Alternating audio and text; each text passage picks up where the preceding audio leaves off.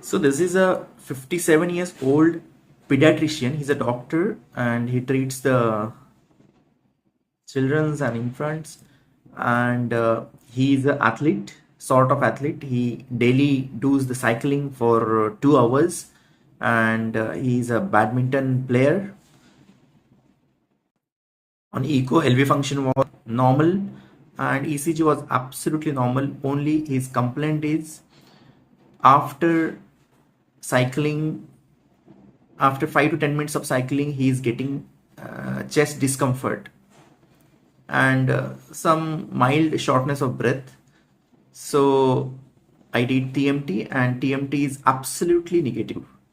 There is no inducible ischemia in this patient of the TMT of this patient.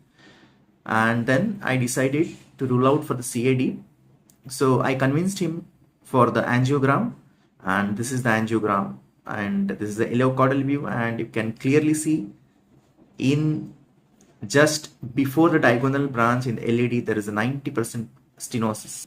And if you see this RO caudal view, you can clearly see in the LAD proximal lesion is starting from the proximal and across the diagonal. I'll show in the different view. And this is the epicranial view, and you can see there's a 90% stenosis in just across the diagonal, and in diagonal also osteoprox there is a 90% stenosis.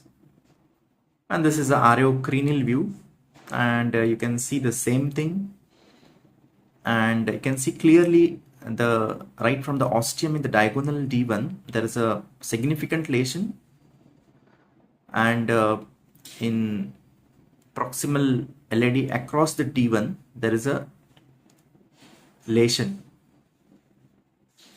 of 90% stenosis, and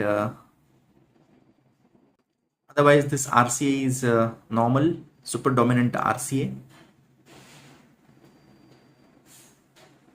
See, this is a superdominant RCA with long PDA PLV. You can see this, and it is a normal.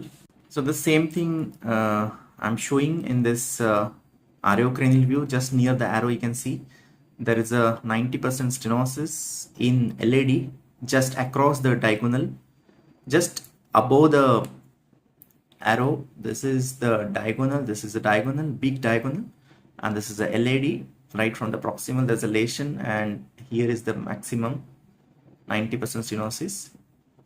So kindly comment your management plan for this patient. So